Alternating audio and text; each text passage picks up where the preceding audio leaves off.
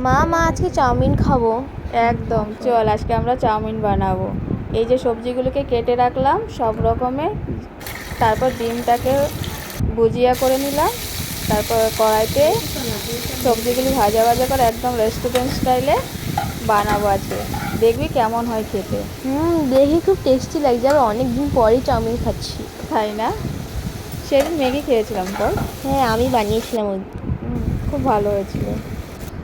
এই কথা বলতে বলতে এই যে চাউমিনটা একটুখানি হালকা হালকা লেগে গেছিলো, বেশি লাগেনি, হালকা লেগে গেছিলো। তারপর ডার্ক সস দিয়ে দিলাম।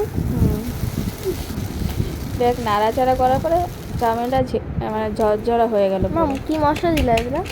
এটা ম্যাগি মশলা দিয়েছি, কিন্তু চাউমিন মশলাটা ছিল না বলে ম্যাগি মশলাটা দিয়েছি। ম্যাগি মশলা দিলে বেশি টেস্টি লাগে খেতে। তাই ডিমটা দিয়ে দিলাম উপরে, দেখ। তারপর আজকে এগ চাউমিন বানাচ্ছ? এগ চাউমিন, হ্যাঁ। এই যে আমার কেমন হয়েছে বলতো? দেখতে তো সেই লাগছে, খেতে মানে টেস্টি হবে খুব। একটু গোলমরিচের গুঁড়ো দিয়েছিলাম, বল। হ্যাঁ, এ ধর কত সুন্দর লাগছে, পুরো রেস্টুরেন্ট ফিল চাউমিন। একদম রাতের জন্য করে রাখলাম। ও, রাতেও খাবো?